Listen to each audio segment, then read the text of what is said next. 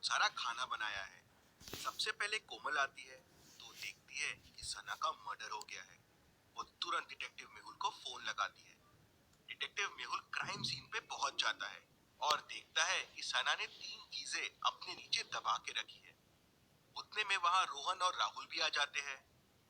Rohan detective Mehul से कहता है कि मैं पार्टी में सबसे पहले आने वाला था, लेकिन ऑफिस से निकलने में थोड़ी देरी हो गई।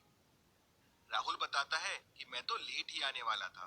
डिटेक्टिव मेहुल तीनों को अपने घर का एड्रेस और सना के बारे में लिखने बोलता है और तुरंत समझ जाता है कि खूनी कौन है। कैसे? डिटेक्टिव मेहुल को कैसे समझता है कि खूनी कौन है, क्या आप बता सकते हैं? क्लूज और तीनों फ्रेंड्स को ध्यान से देखिए और आपका आंसर मुझे कमेंट करके बताइए।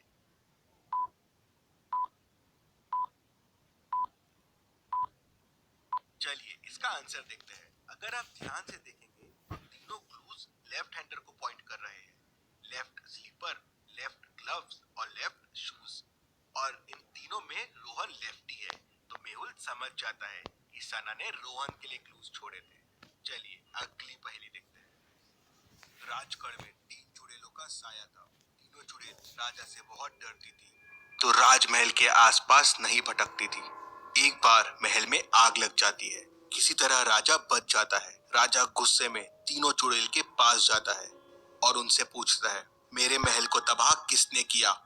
पहली चुड़ैल कहती है, मैं तो हवा की चुड़ैल हूँ। मैं तो हिमालय घूमने गई थी, आज ही आई हूँ, मुझे कुछ नहीं पता है।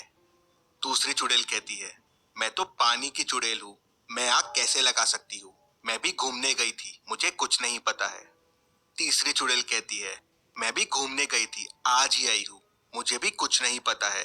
तीनों की बातें सुनने के बाद राजा समझ जाता है कि कौन सी चुड़ैल ने आग लगाया है। कैसे? क्या आप मुझे कमेंट करके बता सकते हैं?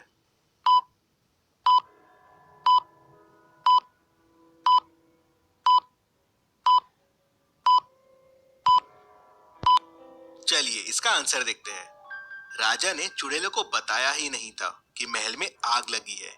गरिमा चुड़ैल तो छुट्टी पे बाहर गई थी, फिर उसे कैसे पता चला कि महल में आग लगी थी? मतलब वो झूठ बोल रही है, उसी ने आग लगाई है। राजा समझ जाता है। चलिए अगली पहेली देखते हैं। राजा मथुरा दास के राज्य में चोरी हो जाती है। राजा के सिपाही 5 लोगों को बंदी बनाकर लेके आते हैं। पांचों कहते हैं, महाराज हमने चोरी नहीं की है। राजा मथुरा दास का लड़का कहता है, पिताश्री मेरे पास एक उपाय है। मेरे पास ये जादुई लकड़ी है। ये लकड़ी चोर के घर में 2 इंच लंबी हो जाएगी। आज रात ये लकड़ी इन 5 लोगों को दे देते हैं। जिसने चोरी की होगी उसकी लकड़ी कल बड़ी हो जाएगी। पांचों लकड़ी लेके घर चले जाते हैं। अगले दिन पांचों वापस महाराज के पास लकड़ी लेके आते हैं। 4 लोगों की लकड़ी वैसे की वैसे ही रहती है, लेकिन एक की लकड़ी 2 इंच छोटी हो जाती है। महाराज को समझ में नहीं आता लकड़ी छोटी कैसे हो गई। क्या आप बता सकते हैं लकड़ी छोटी क्यों हो गई? क्योंकि चोर की लकड़ी तो बड़ी होनी चाहिए थी। ध्यान से सोचिए और मुझे आपका आंसर कमेंट करके बताइए।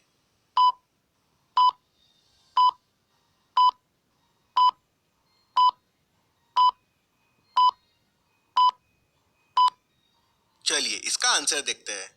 चोर ने सोचा लकड़ी 2 इंच बड़ी हो जाएगी, तो क्यों ना मैं इसे पहले ही 2 इंच काट लूं, जिससे लकड़ी वापस पहले जैसी हो जाएगी। वो ये नहीं समझ पाया कि ये राजा के बेटे की चतुराई थी।